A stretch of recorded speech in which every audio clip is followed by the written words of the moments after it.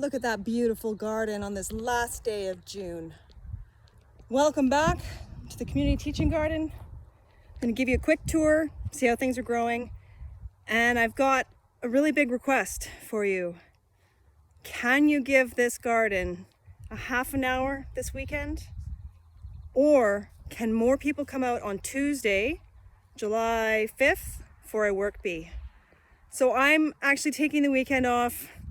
My family's got a vacation going and I'm going to take it off. And so no gardens for me, which is really hard. But gardens keep growing even when a person's on vacation. And we could really use your help. So it's my birthday on July 4th, on Monday. So as a present to me and the community, we need some hands. And so let's do a tour. Let's see what you could possibly do if you came up here for even a half an hour during the weekend here. Carrots are looking great. We've got our first planting, second planting, third planting, and we've got parsnips. Mulching is important. This area actually gets water very last. And so we have a donation of some packing paper. It's up by the shed. It's a way to reuse something. It's a way to recycle. It can be used to go down in between the rows and then use it to put the weeds on. So this area here, you can see it's getting a little overgrown again with some weeds.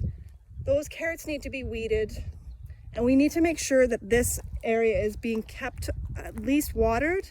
And so the watering can from the shed or the hose to give it a spray and keep it going.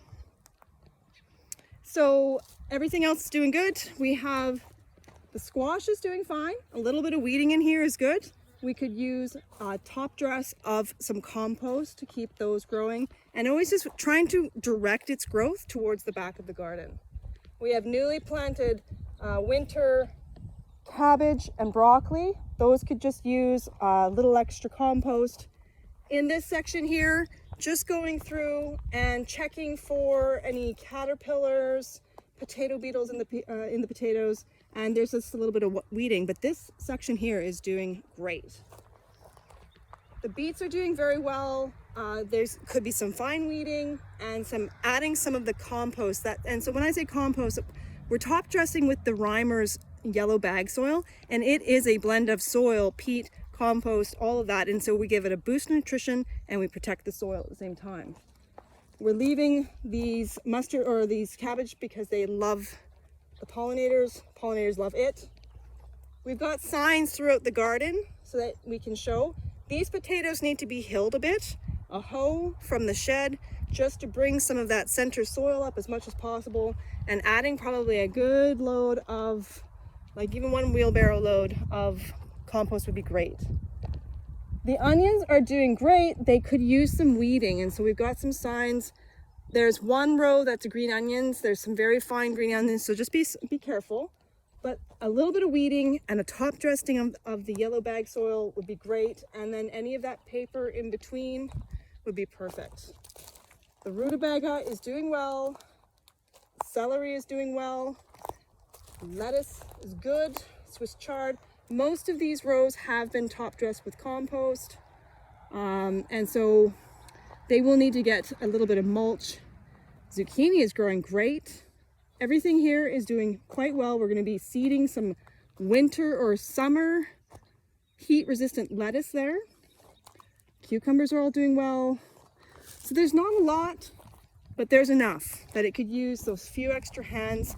And I've indicated some jobs with the signs, you know, like these beans, before they get too unruly, could use some twine to keep them up off the ground. It's easier for harvesting. We need these potatoes here to be have some of the bag soil. The peas, we're gonna have to harvest on Tuesday. They are abundant. We've had a deer coming through and nipping the tops off. Tomatoes are fine. So everything's great, but it could use those few extra hands and just staying on top and making sure that nothing's getting dried out. And the herb spiral, I mean, these things don't have irrigation, so just checking the newly planted flower garden, the herb spiral. Herbs don't like a lot of water, so those are good. The salad bar was watered today. These potatoes in the potato boxes, these were watered today. but we want to check for droopy leaves. That's what I kind of noticed. But while they're flowering is the stage when we need to make sure that we're on top of the watering. And today, with the help of Rick from Rick's Rubbish Removal, we got these joints in, and now I'm going to be filling each bay. I'm going to try a few different techniques. In this bay today, I buried a whole bunch of aged straw and manure at the very base, just as something to fill it. Then I added some garden debris, then some more straw, and now the Reimer soil, and I've planted some banana potatoes. This needs at least another load of the Reimer soil. And then I'm going to top it with straw. And the other bays, I'm going to think on it. And we've got Rick. He said he's going to come by and do a mowing. This garden is great. It's beautiful. It's a lovely place to be. It needs help. This food is really important for our community. And we would appreciate any time that you have to give. If you have any questions, even though I'm on vacation technically, I can still be reached by email if you have questions, or you can always check in with Serena at info@shushrupfood.ca. But I'll be here on Tuesday, June 5th for Harvest Tuesday here at the garden, and we would love if you can come out, give us a hand, harvest for the second harvest, and we can do a number of these tasks as well.